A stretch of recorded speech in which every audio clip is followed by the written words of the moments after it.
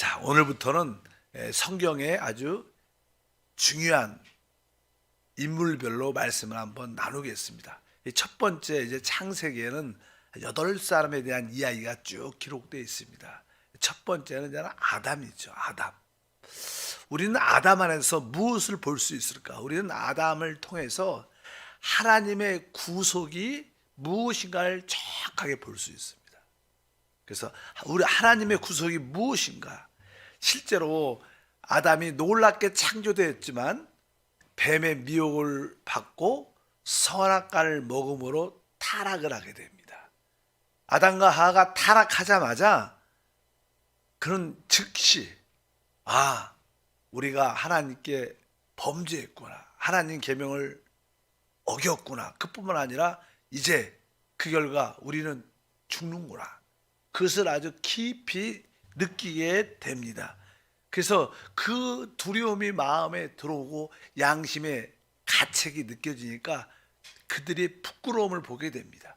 그 전까지는 그들이 이렇게 벗고 있어도 그런 의식이 없었는데, 그러한 선악과를 먹음으로 계명을 범함으로 말미암아 양심의 기능이 활성화가 됨으로 말미암아 그들의 죄와 그들의 부끄러움을 느낄 수밖에 없어갖고 그들이 무화과 나무로 치마를 만들어서 그들의 부끄러움을 가렸다고 말씀합니다. 그런데 무화과 나무 잎이 금방 며칠 지나면 이게 말라갖고 비틀어질 거 아닙니까? 그러니까 그들의 부끄러움을 온전히 가릴 수가 없죠. 그리고 그들은 이제 하나님이 명하신 대로 하나님의 심판, 죽음을, 왜?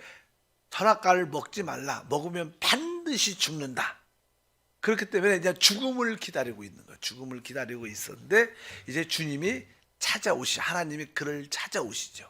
그런데 하나님이 아담과 하와를 찾아오셨을 때 심판을 하신 게 아니라 사실 그들에게 구속의 약속을 주셨습니다. 복음의 약속을 주신 줄 믿습니다. 그래서 창세기 3장 15절에 주님이 오셔서 바로 아담과 하와를 미혹한 뱀을 심판할 때 그 복음의 말씀이 포함되어 있습니다. 3장 15절을 보니까 내가 너로 여자와 원수가 되게 하고 내 후손도 여자의 후손과 원수가 되게 하리니 여자의 후손은 내 머리를 상하게 할 것이요 너는 그의 발꿈치를 상하게 할 것이니라 하시고, 하나님께서 바로 아담과 하와에게 하나님의 구속의 약속을 주시게 되죠. 그래서 여자의 후손이 와서 바로 너를 타락시킨 뱀의 머리를 깨뜨릴 것이다.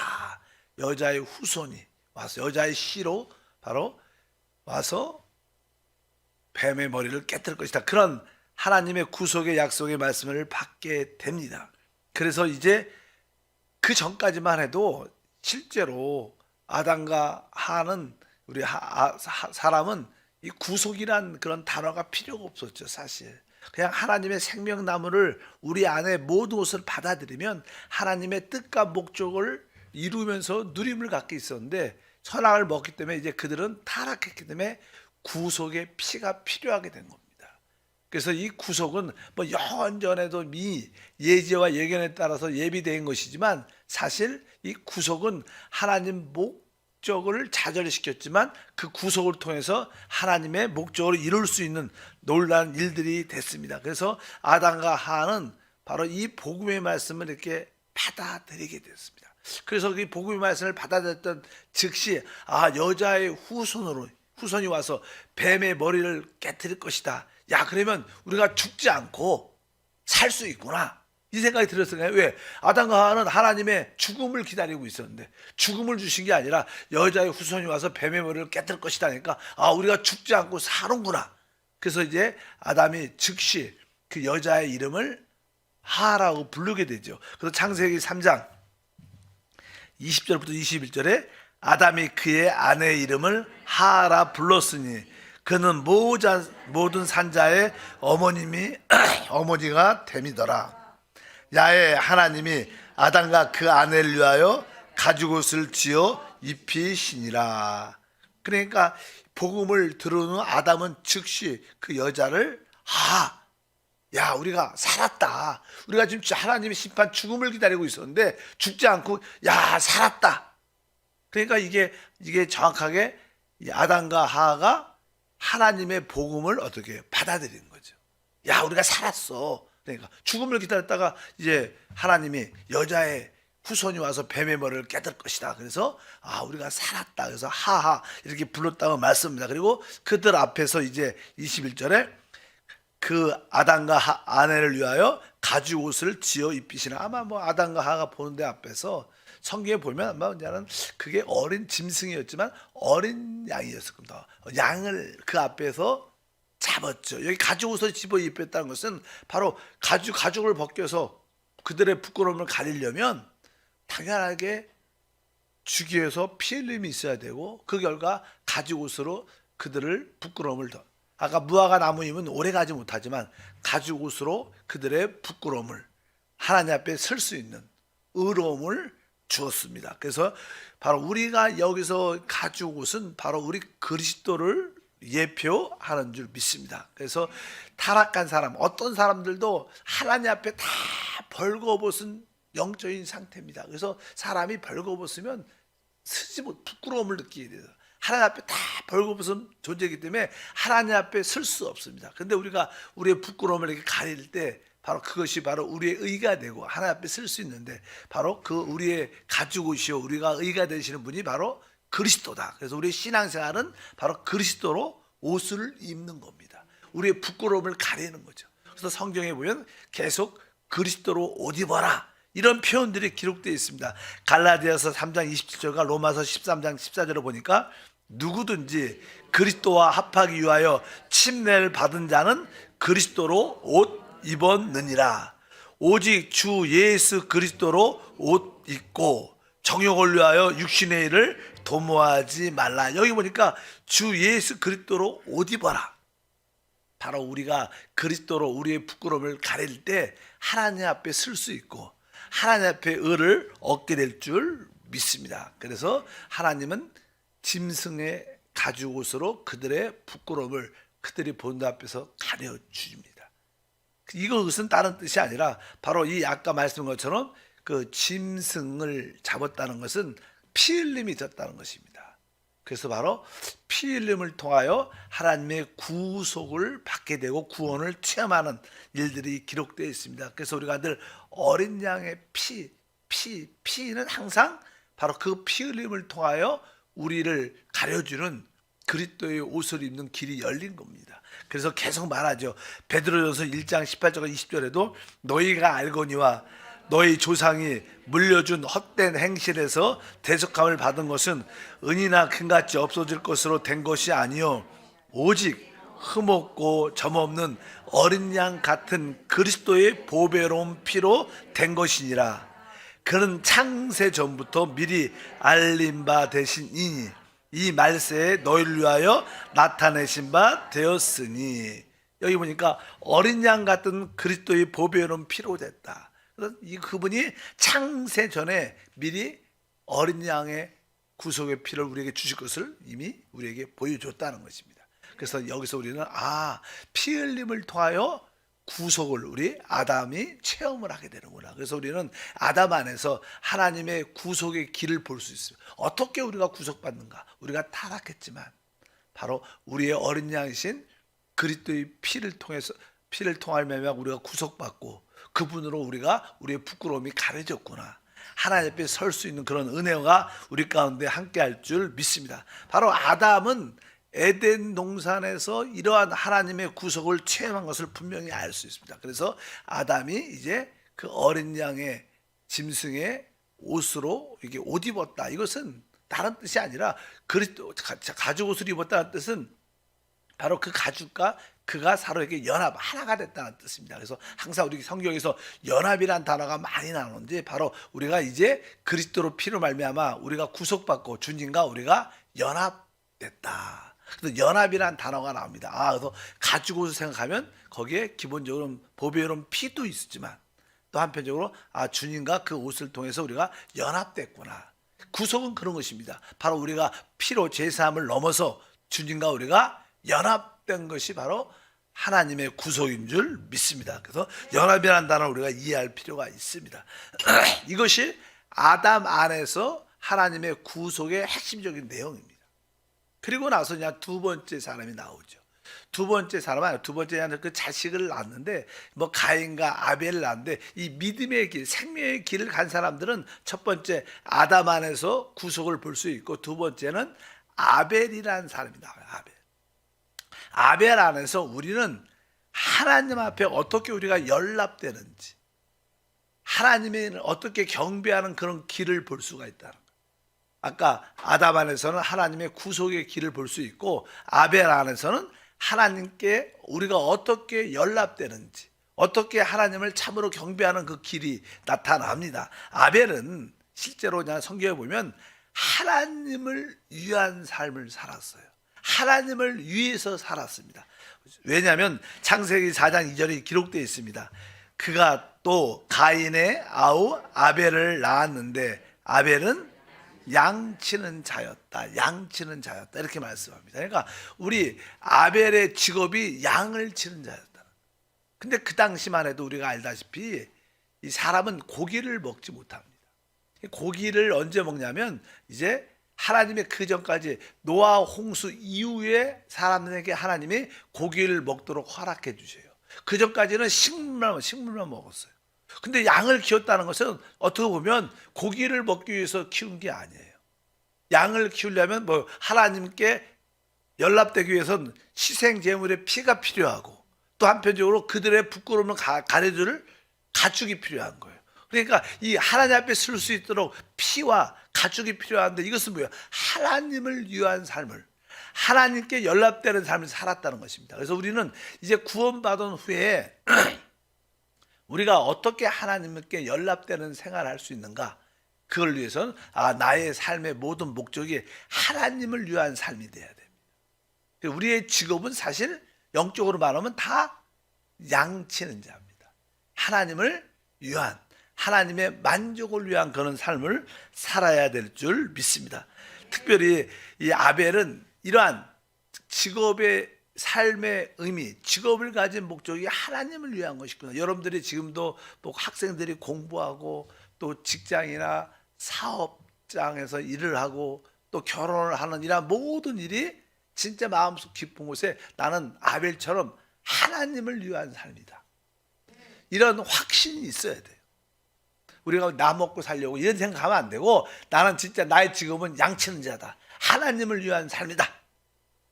이런 확신과 그래서 여러분들이 항상 그 피의 필요성과 또 우리의 부끄러움을 덮는 가죽 옷을 그리스도로 옷 입는 그러한 삶이 돼야 될 줄 믿습니다. 근데 이 아벨은 이 하나님께 계시한 방법대로 하나님을 섬겼다는 거예요. 우리가 보통 사람들은 타락했기 때문에 자기들의 어떤 생각이 오염됐고 삐뚤어져서 우리가 하나님 없이 생각하는 많은 것들은 정확하지 않고 올바르지 않습니다. 이렇게 자체가 삐뚤어졌기 때문에 바라보는 방향이 삐뚤어져요. 뭐 사실 우리 바닷가에 개가 이렇게 기어다 옆으로 기어자 이렇게 보면 이렇게 누가 그런 얘기 해요. 그러니까 야 개가 자기 새끼한테 너 똑바로 가. 근데 그냥 계속 옆으로 걸어가는 거예요. 왜? 자체가 옆으로 걸어가는 거예요. 사람의 생각은 자체로 똑바로 가지 못해요. 그래서 우리는 우리의 생각과 우리의 간념과 우리의 경험에 따라 주님을 섬기는 게 아니라 하나님의 계시의 말씀을 따라 주님을 섬겨야 돼요. 그것을 바로 믿음으로 주님을 섬긴다는 거예요. 그러니까 하나님의 계시는 곧 믿음입니다. 그래서 나는 아벨은 이렇게 기록하자. 시브리서 11장 4절에 믿음으로 아벨은 가인보다 더 나은 제사를 하나님께 드림으로 의로운 자라 하시는 증거를 얻었으니 하나님의 그 예물에 대하여 증언하심이라. 그가 죽었으나 그 믿음으로써 지금도 말하느니라. 그러니까 아벨은 믿음으로 하나님께 제사를 드렸네. 믿음으로 드렸다는 것은 하나님의 계시에 따라 드렸다는 거예요. 사실 하나님과 우리의 모든 관계는 믿음으로 이루어지는데 그 믿음은 뭐예요? 하나님의 계시에 따라 우리가 주님을 섬기는 것을 의미하는 줄 믿습니다. 그래서 하나님의 계시는 무엇인가? 바로 다른 것이 아니라 바로 피 흘림이 있어야 돼요. 또 거기에 기름이 필요합니다. 그래서 4장 4절의 창세기 보면 아벨이 어떻게 하나님께 제사 드린 모습을 기록됐습니다. 아벨은 자기도 양의 첫 새끼와 그 기름으로 드렸더니 이렇게 야훼께서 아벨과 그의 제물은 받으셨으나 여기 보니까 첫 새끼와 그 기름으로 드렸다. 첫 새끼요. 양의 첫 새끼를 드리고 그다음에 기름을 드렸다. 이 의미는 무슨 뜻인가? 사실 성경에 보게 되면 이 아벨이 하나님께 첫 새끼와 기름을 드린 이 모든 것은 그 오랜 시간 후에 모세의 율법에 따라 드린 거하고 동일합니다. 그 방법이 똑같아요. 그래서 성경이 이렇게 기록돼 민수기 18장 17절에 기록돼 있죠. 오직 처음 태어난 소나 처음 태어난 양이나 처음 태어난 염소는 대속하지 말지니 그것들은 거룩한즉 그 피는 제단에 뿌리고 그 기름은 불살라 야훼께 향기로운 화제로 드릴 것이며 이렇게 말씀합니다. 여기 보니까 처음 난 거, 첫 새끼, 모든 처음 난 거는 사실 다 하나님 겁니다. 이것은 사람이 취할 수 있는 게 아니라 오직 하나님의 만족을 위해서 드리는 겁니다. 그러니까 이 첫 새끼는, 그러니까 아벨도 첫 새끼를 하나님께 드렸다는 거예요. 그 기름, 뭐 사실 우리가 하나님께 제사할 때는 두 가지 어떤 필요가 있습니다. 하나는 피가 있어야 돼요. 피. 그래서 아까 여기도 피란 말이 나오죠. 그러니까 이 아까 그것들을 거룩한즉 그 피는 제단에 뿌리고 항상 피가 있고 그 다음에 기름을 태우는 게 있습니다. 그러니까 피는 우리를 구속을 위한 것이고 기름은 하나님의 만족을 위한 아름다운 향입니다. 그러니까 우리가 하나님을 섬기려면 항상 우리에게 피가 있어야 돼요. 왜? 우리에게 구속이, 우리 죄인이니까. 그러나 우리의 삶은 그 피를 넘어서 이제 하나님의 뭐가 돼요? 만족이 돼야 돼요. 그래서 항상 피와 기름, 이것이 하나님의 계시입니다.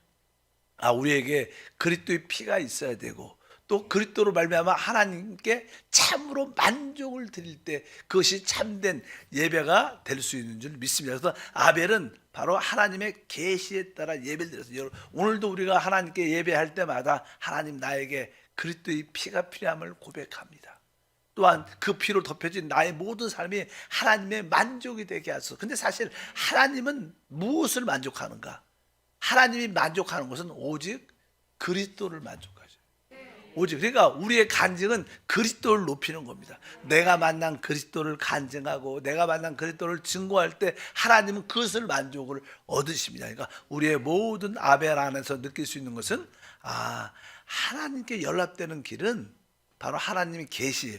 오직 피와 바로 그 기름, 성령의 역사를 통해서만 이루어지는 거다. 그러니까 우리의 모든 예배는 피와 성령이죠. 성령.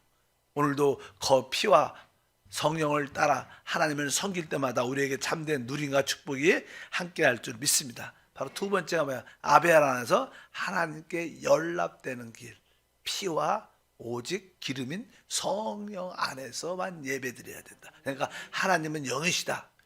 예배하는 자가 영과 진리로 예배하라. 그러니까 우리가 이 거듭난 영이 있다는 사실은 진짜 축복 중에 축복입니다. 왜? 이런 자만이 참된 경배를 하는 겁니다. 우리는 아벨의 제사를 드린 자들이 가인의 제사를 드린 자들이 아니다. 그리고 나서 나는 그 세 번째가 나옵니다. 세 번째 이 생명의 길을 간 사람은 이제 우리가 잘 아는 에노스라는 사람입니다. 에노스.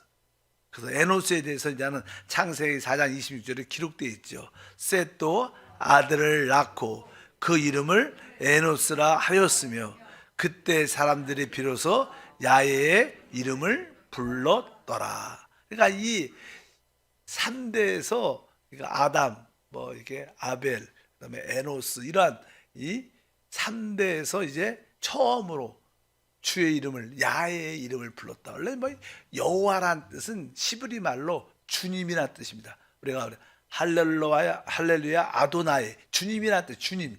그러니까 원래 하나님의 이름을 이렇게 너무 거룩하고 영광스러우니까 하나님의 이름을 못 부르죠. 우리들도 보통 우리 부모님을 이렇게 뭐라 불러요? 아버지 부르지. 성함을 잘 안 부르죠. 왜? 조금 이렇게 그래서 이름을 잘 알아서 종종 어떤 자녀들은 아버지 이름을 깜빡해요.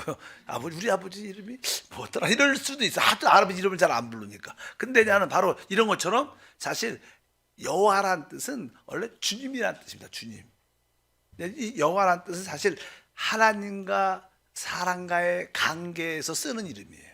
하나님과 사람이 아주 친밀한 관계를 설명할 때 우리 하나님이 야훼, 여호와 이렇게 말하죠. 물론 우리 성경은 이렇게 여호와라 써 있고 요즘에는 야훼라고 많이 쓰죠. 그러니까 뭐 이렇게 성경 언어적으로 연구를 하면 보통 야훼라는 발음이 더 정확하다고 말합니다. 야훼라는 발음이. 그래서 보니까 워낙 하나님의 이름을 잘 안 불러 보니까 그냥 주님 주님 이렇게 부르다 보니까 이 하나님의 이름을 이렇게 발음을 잘 안 해 보니까 이 보통 여호와라고 썼지만 사실 실제로는 야훼 이 발음이 더 정확할 것이다 이렇게 그냥 성경 학자들이 많은 얘기하는데 그래서 우리는 보통 야훼라고 우리 순복음교회는 주로 말을 많이 하는데 어쩌든지 에노스 시대에 누굴 불렀어요? 에노스라는 뜻은 연약하다. 죽을 수밖에 없다 이런 뜻이에요. 그러니까 우리가 하나님께 구속을 받고 하나님께 예배하는 연락되는 그런 삶을 살아도 여전히 우리는 죄성이 있고 여전히 연약하고 늘 실패하는 우리 자신을 바라봐요. 그럴 때마다 하나님 내가 하나님께 구속받고 하나님을 섬기지만 또 오늘도 쓰러졌습니다. 오늘도 실패했습니다. 오늘도 죄를 졌습니다. 하나님 나는 연약합니다. 나는 에노스입니다. 그러니까 어떻게 주여 도와주시옵소서. 주여 진짜 자기의 연약함을 아는 사람들은 주님을 부를 수밖에 없습니다. 이런 뜻입니다. 그래서 그때 비로소 야훼의 이름을 불렀더라. 우리 타락한 생명은요. 나 결국 무엇인가 바짝바짝 하는 것 같아도 또 내적으로 바라보면 항상 우리의 생명이 연약하고 공허합니다. 그러니까 주님을 찾을 수밖에 없는 그러한 모습이 우리의 실제 모습이기 때문에 주여 나를 도와주옵소서. 주여 나를 도와주옵소서. 이게 뭐예요? 야훼의 이름을 부르는 것입니다. 그러니까 우리가 주님의 이름을 부르는 주 예수 하나님 이렇게 주님을 부르는 것이 축복 중에 축복이에요. 왜? 나의 연약함을 알기 때문에. 그럴 때 우리는 뭐예요? 하나님의 부유함을 풍성함을 또한 체험할 수 있는 줄 믿습니다. 그래서 이 아까 여호와라는 뜻은 바로 주님이라는 뜻이고 또 출애굽기에서는 여호와라는 뜻은 나 스스로 있는 자다 이런 뜻이죠. 스스로 있는 자. 그래서 우리가 출애굽기 3장 14절에 보면 하나님이 모세에게 이르시되 나는 스스로 있는 자니라.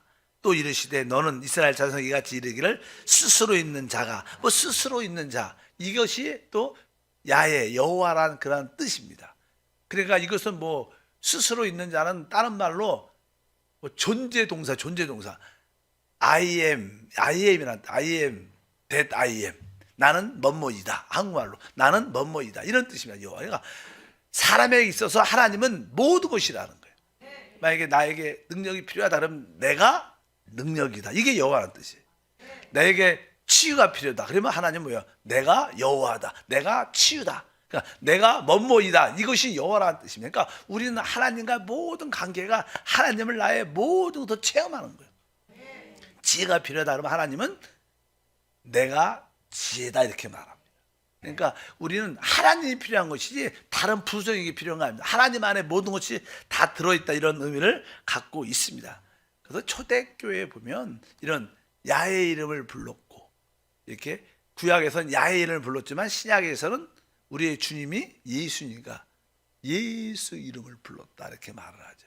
그래서 그냥 사도 바울이 그냥 사울 때 예수를 믿는 사람들을 이렇게 다메섹에 많이 살아 있었기 때문에 잡으러 갈 때 대제사장에 결박할 공문을 받고 갈 때 그 다음 때 표현들이 예수 믿는 사람들을 어떻게 지칭했냐면 주의 이름을 부르는 자들 이렇게 불렀어요. 그래서 그냥 성경에 사도행전 9장 14절에 이렇게 기록되어 있죠. 여기서도 주의 이름을 부르는 모든 사람을 결박할 권한을 대제사장들에게 받았다를 하거든. 그러니까 예수 믿는 사람을 뭐라고 그랬어요?